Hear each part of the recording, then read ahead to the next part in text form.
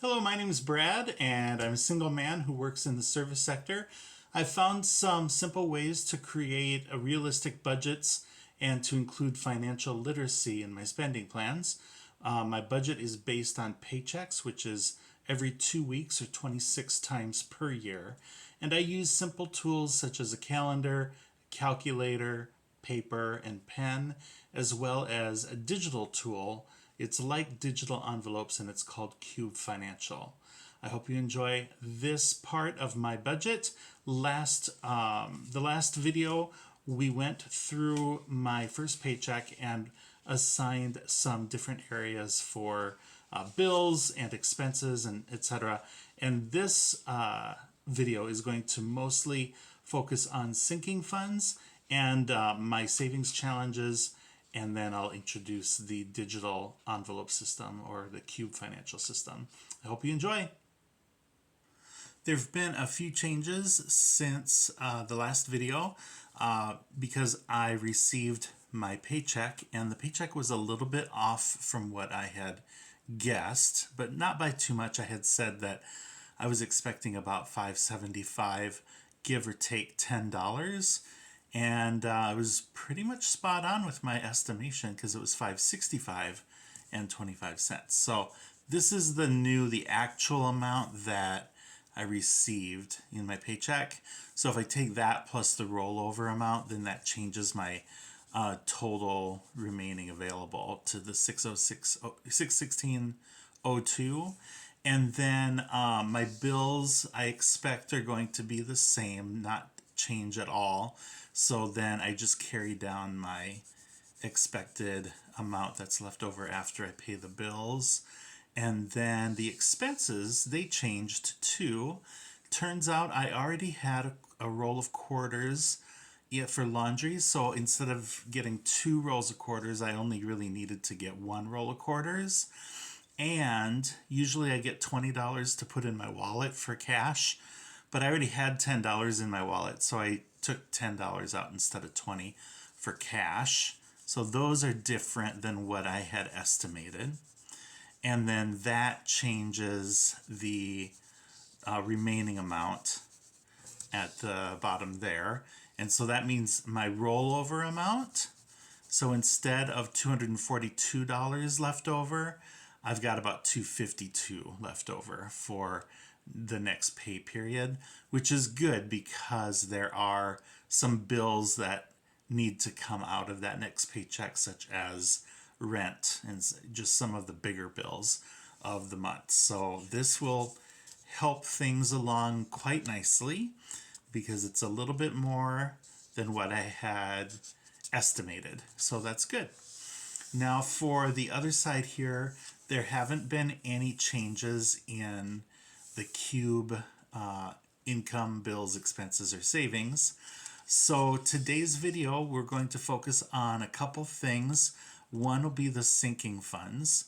But before we do that, I just wanted to show you how I fund my envelopes for these expenses. So I've already funded groceries, dining out, and gas money because I needed to go get some groceries and whatnot. But then I left the household items for this video so that I can show you how it works. Now I use a digital envelope system called Qube Money, and it's spelled Qube Money. And they have some different plans. The first plan is free, and you get 3 what they call cubes. And a cube is like an envelope.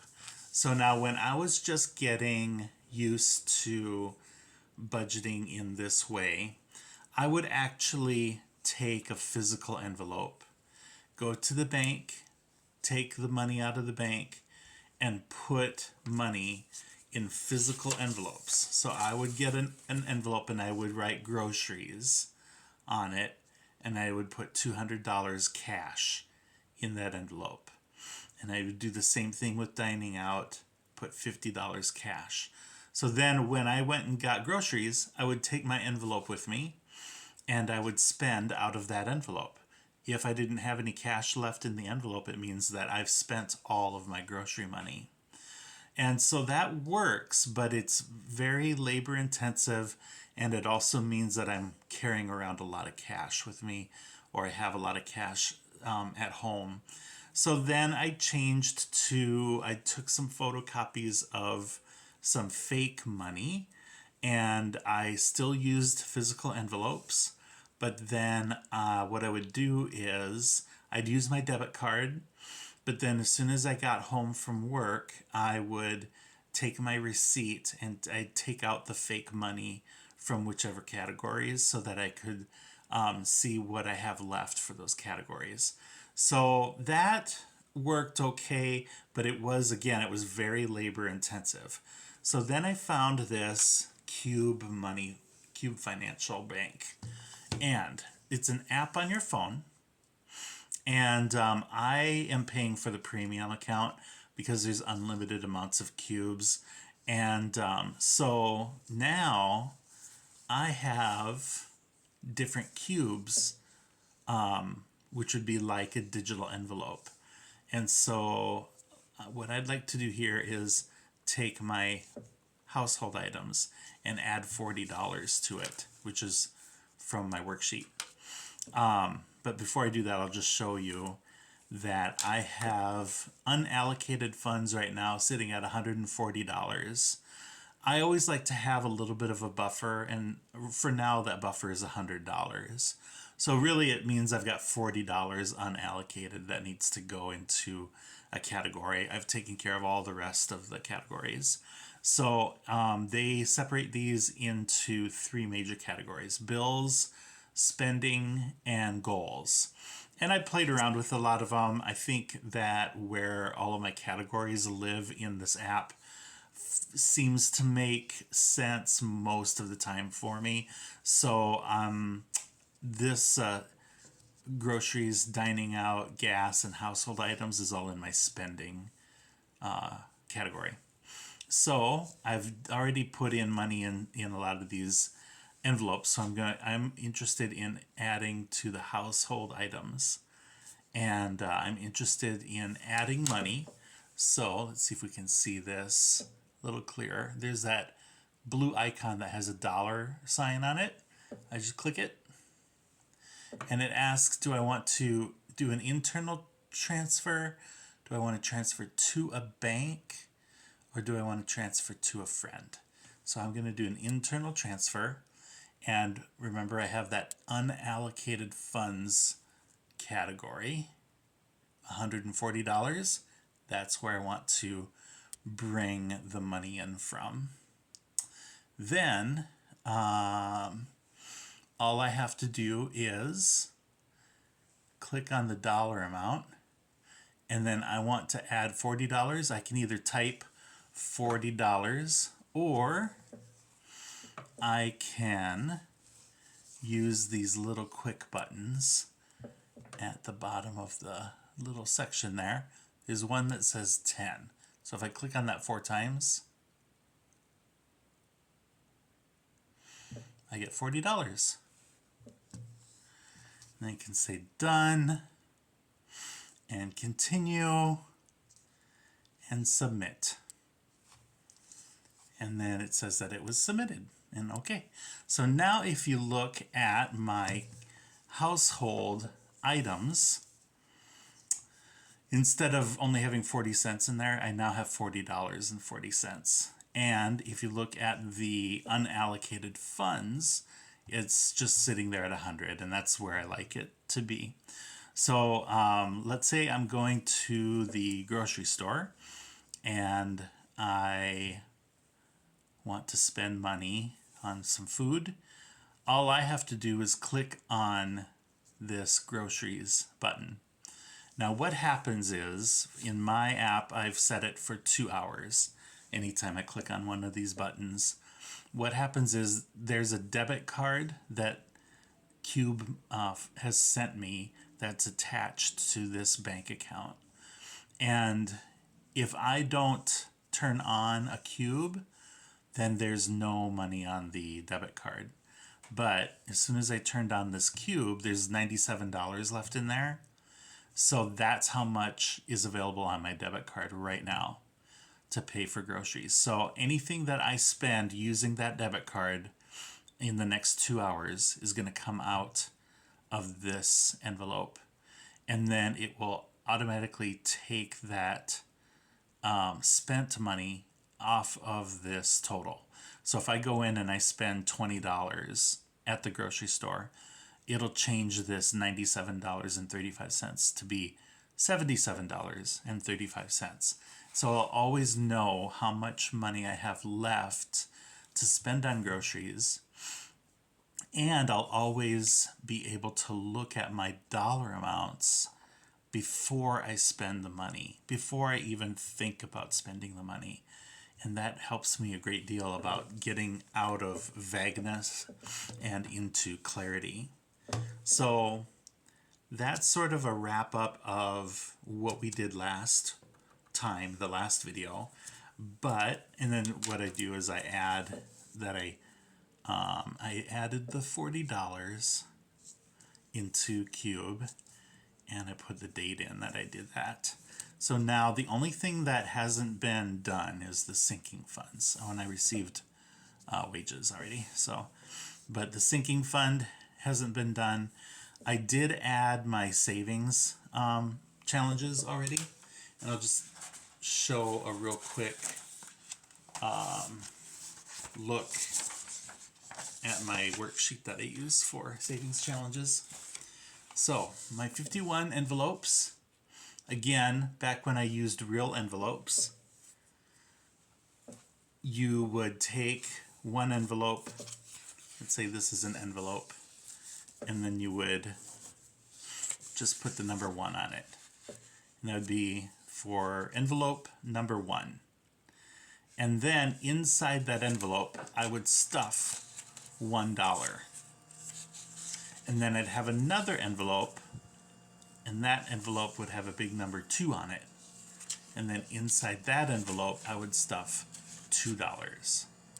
Well, I'm doing all of this with digital envelopes. And instead of making 51 envelopes, I just made a spreadsheet. So I have one envelope or one cube that just says it's 51 envelopes. And then what I did is on the 10th of January, when I got my first paycheck of the year, I added $1, but then I also added $50. So it's $51.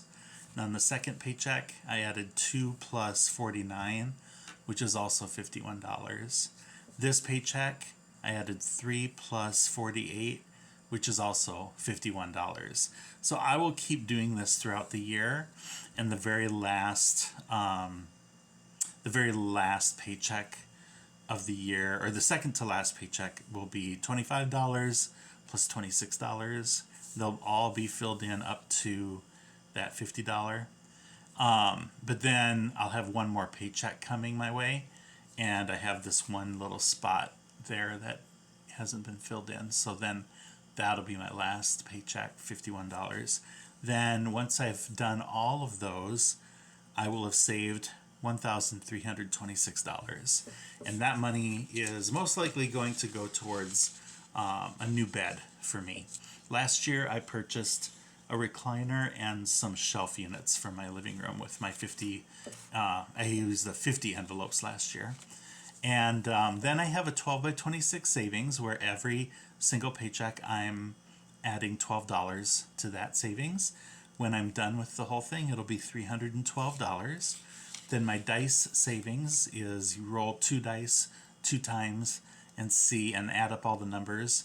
And so I rolled twice, except for I don't have dice, so I had to use the random number generator in Google, and it came up with 14.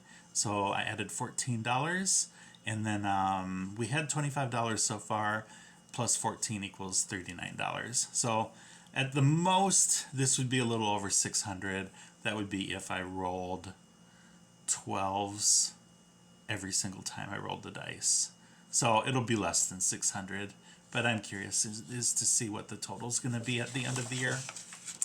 I haven't decided exactly what I'm going to use those 2 savings challenges for, but I do know the first one's going to be for household furnishings. All right, so now finally we get to move on to sinking funds. We said we had $195.58. I don't really have a lot that I'm going to use for the sinking funds. Let me get my blank sheet here. That was just my practice worksheet. So it was 195.58, and then the date range is February 6th through the 19th, 2025. Okay. Then I decided for tithes and offerings, it's going to be $120. And then I strive to give a full tithe. Sometimes this dollar amount isn't what I hoped it to be, but that's where I sometimes get surprised at how the Lord provides in other ways. Then moving on to prescriptions, I've decided to put away $30 each paycheck because there's been a change in my health insurance plan. Then haircut, I put $5 towards my next haircut every paycheck. Then I decided to put in the rest in entertainment, $5.58, and that comes to $160.58, and that means I've got $35 left to spend. And I really always want to make sure I have $35 left because the dated bills always adds up to $35 in mine. I've got Qube fees so that I can stay at the premium plan for Qube Financial. $5 per paycheck is totally worth the price in my opinion because I have saved so much more money than that just by using this system. Norton Antivirus gets paid once a year, so I put $10 from each paycheck. Car registration is once a year. I put $5 away for that. I do have a website for a business for Bluehost, and I'm putting $10 away for that Bluehost web hosting.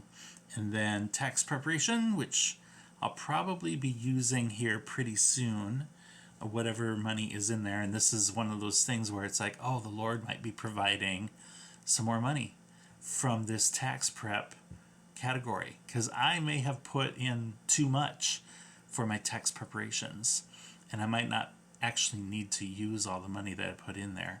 And so that is the type of thing that I'll put if I wasn't able to put enough into my tithes and offerings, or if I really wanted to put some more towards car maintenance or something. That's the kind of place where I get these little surprises throughout the year, and I'm able to put them in there. Or maybe this is a time period where I actually get some overtime and I get a little bit of boost, and then I can fill in some of these other areas. So this is how I use it. I had $35 left to spend there, and this comes to $35. So I'm already at a zero-based budget on there. So that is the end of the sinking funds, which brings us to the end of this week's video. And I'd just like to say, if you've made it this far through the video, thank you so much for watching. If this is the type of content that you like and appreciate seeing online, please give a like and comment below. If you'd like to see further videos of this type, consider subscribing to the channel and hit the notification button so you won't miss further videos. I hope that you have a blessed day. And today I'd like to read an encouraging word from Psalm 100. And I'll just read verse 5. For the Lord is good, his steadfast love endures forever, and his faithfulness to all generations. Thanks for watching. Goodbye.